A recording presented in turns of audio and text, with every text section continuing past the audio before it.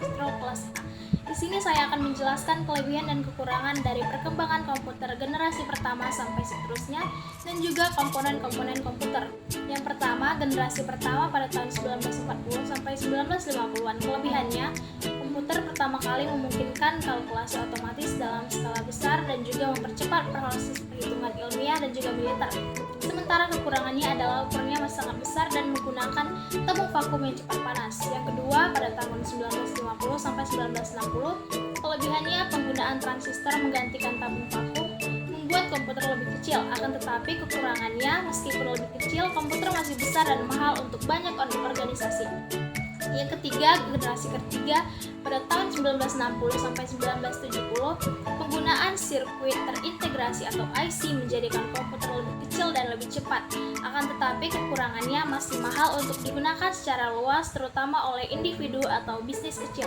Yang keempat, generasi keempat tahun 1970 sampai 1990, kelebihannya penggunaan mikroprosesor memungkinkan komputer pribadi diciptakan. Akan tetapi kekurangannya, meskipun lebih murah, harganya tetap cukup mahal untuk banyak rumah tangga. Yang generasi kelima tahun 1990 sampai sekarang, kelebihannya perkembangan teknologi internet, kecerdasan buatan atau AI, dan komputasi awan memungkinkan komputer terhubung satu sama lain. Akan tetapi kekurangannya, masalah keamanan dan privasi semakin serius. Yang generasi keenam, masa depan atau komputer kuantum, kelebihannya diharapkan mampu menyelesaikan perhitungan yang tidak bisa dilakukan oleh komputer biasa, dan kekurangannya yaitu biayanya tinggi, infrastruktur rumit, dan juga berpotensi meningkatkan ancaman keamanan jika tidak diatur dengan baik. Yang kedua, saya akan menjelaskan pengertian dari komponen-komponen utama pada PC. Yang pertama adalah CPU. CPU atau prosesor adalah otak dari komputer yang melakukan perhitungan dan menjalankan instruksi program. CPU menentukan kecepatan pemrosesan. Yang kedua ada motherboard. Motherboard atau papan sirkuit utama adalah yang menghubungkan semua komponen PC termasuk CPU, RAM, dan juga penyimpanan.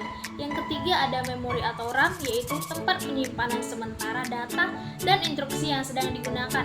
Semakin besar RAM, maka semakin banyak data yang dapat diakses secara cepat. Yang keempat ada SSD atau hard disk drive, adalah media penyimpanan utama untuk sistem operasi, program, dan juga data. SSD lebih cepat dibandingkan HDD sehingga meningkatkan kecepatan akses data. Yang kelima adalah PSU atau Power Supply Unit, yaitu komponen yang menyuplai daya listrik ke semua bagian PC, mengubah arus listrik dari stop kontak menjadi arus yang sesuai untuk komponen-komponen. Yang keenam ada GPU atau Graphic Card, yaitu komponen untuk memproses grafis dan juga menampilkan visual di layar.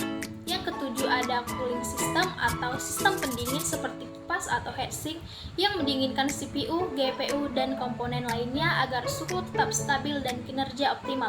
Yang kedelapan ada casing, yaitu wadah yang melindungi semua komponen PC serta menyediakan ventilasi yang baik untuk sirkulasi udara.